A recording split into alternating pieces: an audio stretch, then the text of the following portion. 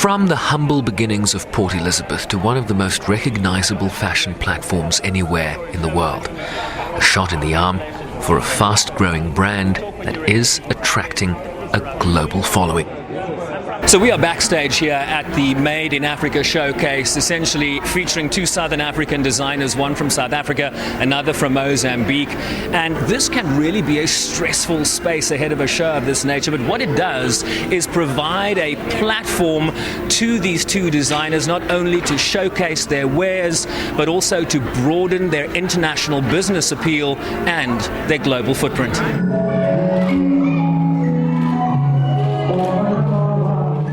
Laduma Ngxokolo's inspiration stems from the traditions and arts of his native culture, reflecting a modern aesthetic, yet showing off an ancient philosophy behind his brand. This moment means a lot to me, especially considering where I started from. I started this brand, MaXhosa Africa, as a thesis project at the Nelson Mandela University. Never have I imagined that I'll be showcasing it at a high-level platform at the New York Fashion Week. I must be honest and say so. At least not now. I imagine that like in 15 years' time or so. So I feel super overwhelmed as well. As much as focused as I look, I've been running around like a headless chicken for the past month. Under the theme, "We are kings and queens," he explains that his is a representation of royalty as the ordinary woman and man on the street.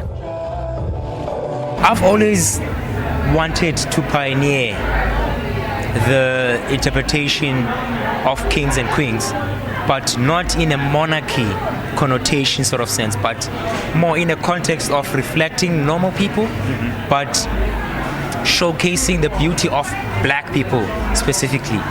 And MaXhosa, of course, has some of those characters that would showcase our majestic aesthetic as Xhosa people, but over the years I've tended to mix other cultures in our aesthetic as well.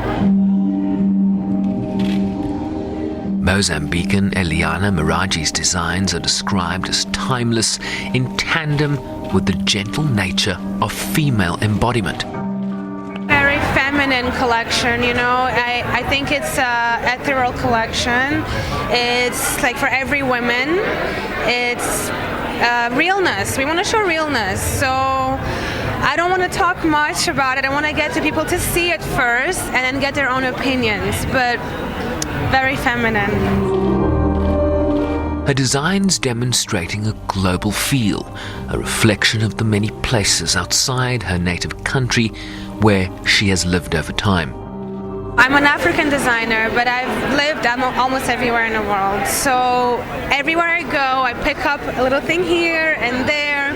And of course, I'm not using African prints, but I am using an African vibe. I don't know. Maybe I can't talk much. I saw you doing the headscarf, right? I mean, that's very iconic when you talk about African women. That's what I do all the time for myself.